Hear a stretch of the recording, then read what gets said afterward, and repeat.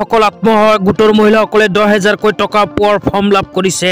সেই সকল আত্মসহায়ক গোটৰ মহিলাই ভিডিঅ'টোত ক্লিক কৰিছে যদি অনুগ্ৰহ কৰি ভিডিঅ'টো স্কিপ নকৰি প্ৰথমৰ পৰা শেষলৈ চাই থাকিব। ভিডিঅ'টো ভাল লাগিলে আপোনালোকৰ বন্ধুবৰ্গলৈ চোৱাৰ কাৰণে ভিডিঅ'টো শ্বেয়াৰ কৰি দিব। তো এইটো ভিডিঅ'ৰ মাজত আমি বিস্তাৰিত আলোচনা কৰিম যে যিসকল আত্মসহায়ক গোটৰ মহিলাসকলে 10,000 টকা পোৱাৰ ফৰ্ম লাভ কৰিছে, সেই সকল আত্মসহায়ক গোটৰ মহিলাসকলে সঠিক নিয়মত নিজৰ ফৰ্মখন কেনেকৈ ফিলআপ কৰিব। অনুগ্ৰহ কৰি ভিডিঅ'টো স্কিপ নকৰি চাই থাকিব আৰু ভিডিঅ'টো শ্বেয়াৰ কৰি আপোনালোকৰ বন্ধুবৰ্গক চোৱাৰ কাৰণে সুযোগ প্ৰদান কৰিব। তো ফৰ্ম ফিলআপ কৰাৰ প্ৰথমতে আপোনালোকে এখন পাছপোৰ্ট আকাৰৰ ফটো দি দিব লাগিব। ওপৰত ৰাইট সাইডে এখন ফটো দিব। তাৰ পিছত আহিব 1 নম্বৰ অপচন। 1 নম্বৰ অপচনত লিখা চাব পাৰিব আত্মসহায়ক গোটৰ সদস্যাৰ নাম। তো ইয়াতে আপোনালোকে 1 নম্বৰত নিজৰ নাম দিব। তাৰ পিছত 2 নম্বৰত লিখা চাব পাৰিব আত্মসহায়ক গোটৰ নাম। তো ইয়াতে আপোনালোকে নিজৰ আত্মসহায়ক গোটখনৰ নাম লিখি দিব। তাৰ পিছত 3 নম্বৰত আপোনালোকৰ আত্মসহায়ক গোটৰ MIS কোডটো লিখি দিব। তাৰ পিছত 4 নম্বৰত মোবাইল নম্বৰ দিব। তাৰ পিছত 5 নম্বৰত লিখা চাব পাৰিব জাতি কাষ্ট। তো ইয়াতে আপোনালোকে কোনখন কাষ্টত পৰে, জেনাৰেল নে OBC না ST না SC, যোনখন কাষ্টত আপোনালোকে পৰে সেই কাষ্টৰ ঘৰত টিক দি দিব। তাৰ পিছত আহিব 6 নম্বৰ। 6 নম্বৰ লিখা আছে আবেদনকাৰী মৰাণ মটক জনগোষ্ঠীৰ অন্তৰ্ভুক্ত হয় নেকি। আপুনি যদি মৰাণ মটক জনগোষ্ঠীৰ অন্তৰ্ভুক্ত হয় তেন্তে 6 নম্বৰত ইয়েছ অপশ্যনত টিক দিব, অন্যথা নো অপশ্যনত টিক দিব।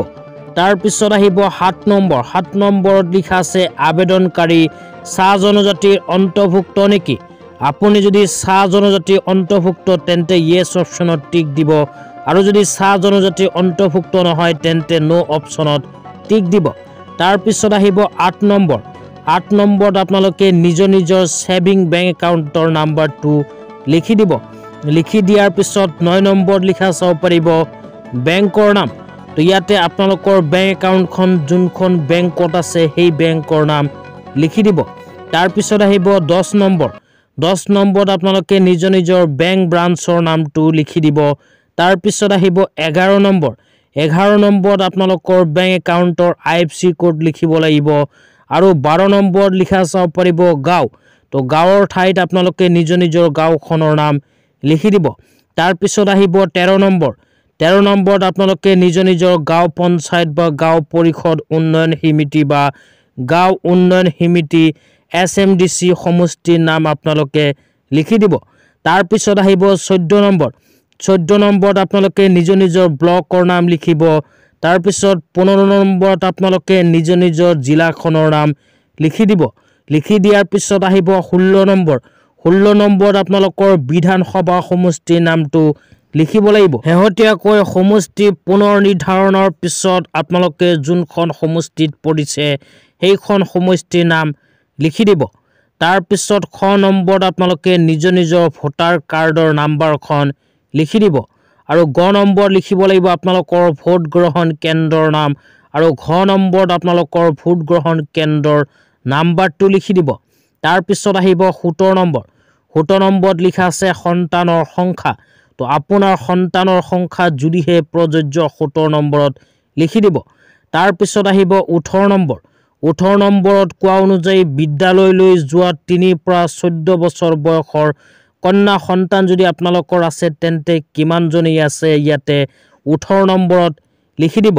তাৰ পিছত আহিব 19 নম্বৰ। 19 নম্বৰত লিখা আছে বিদ্যালয়ত কন্যা সন্তানৰ নাম ভৰ্তি কৰোৱা হৈছে নে নাই। তো আপোনালোকৰ যদি কন্যা সন্তান আছে তেন্তে বিদ্যালয়ত নাম ভৰ্তি কৰিছে নে নাই। যদি কৰিছে ইয়েছ অপশ্যনত টিক দিব, আৰু যদি কৰা নাই নো অপশ্যনত টিক দিব। তাৰ পিছত আহিব 20 নম্বৰ। 20 নম্বৰ কত কোৱা অনুযায়ী আপোনালোকে অমৃত বৃক্ষ আন্দোলন আঁচনিৰ সময়ত যিখন গছপুলি ৰোপণ কৰিছিল সেই গছপুলিখন জীয়াই আছে নে নাই। যদি আছে ইয়েছ অপশ্যনত টিক দিব, অন্যথা নাই যদি নো অপশ্যনত টিক দিব। তাৰ পিছত 20 নম্বৰ খত লিখা আছে যদি নহয় সেই ঠাইত নতুন গছপুলি ৰোপণ কৰা হৈছে নে নাই। তো আপোনালোকৰ অমৃত বৃক্ষ আন্দোলন আঁচনিৰ সময়ত ৰোপণ কৰা গছপুলিটো যদি মৃত্যু হৈছে তেন্তে সেই ঠাইত নতুনকৈ গছপুলি ৰোপণ কৰিছে নে নাই। যদি কৰিছে ইয়েস অপশনত টিক দিব আৰু যদি কৰা নাই তেন্তে নো যে লিখা আছে নো অপশনত টিক দিব তাৰ পিছত আহিব 21 নম্বৰ 21 নম্বৰত কি কোৱা হৈছে এতিয়া আপোনালোকক জনাইছো অনুগ্ৰহ কৰি ভিডিওটো স্কিপ নকৰি চাই থাকিব তো ইয়াতে কোৱা অনুযায়ী আপোনালোকে 2021 চনৰ পূৰ্বে মাইক্ৰ ফাইনেন্সৰ পৰা লোৱা ঋণৰ বাহিৰে আপোনালোকে 2021 চনৰ পিছত আকৌ নতুনকৈ ঋণ লৈছিল নেকি তো ঋণ লৈ যদি পৰিশোধ কৰা নাই তেন্তে ইয়েস অপশনত টিক দিব আৰু যদি ঋণ লোৱা নাই বা ঋণ লৈছিল কিন্তু পৰিশোধ কৰিছে তেন্তে নো অপশনত টিক দিব তাৰ পিছত আহিব 22 নম্বৰ 22 নম্বৰত কোৱা অনুযায়ী আপোনালোকে চৰকাৰৰ পৰা 10000 কৈ টকা পোৱাৰ পিছত সেই 10000 টকাৰে আপোনালোকে কি ব্যৱসায় কৰিব বিচাৰে বা কি কাম কৰিব বিচাৰে ইয়াতে কিন্তু 22 নম্বৰত আপোনালোকে স্পষ্টকৈ লিখি দিব লাগিব তো তাৰ পিছত আৰু কি লিখিব লাগিব আপোনালোকক জনাইছো অনুগ্ৰহ কৰি ভিডিওটো স্কিপ নকৰি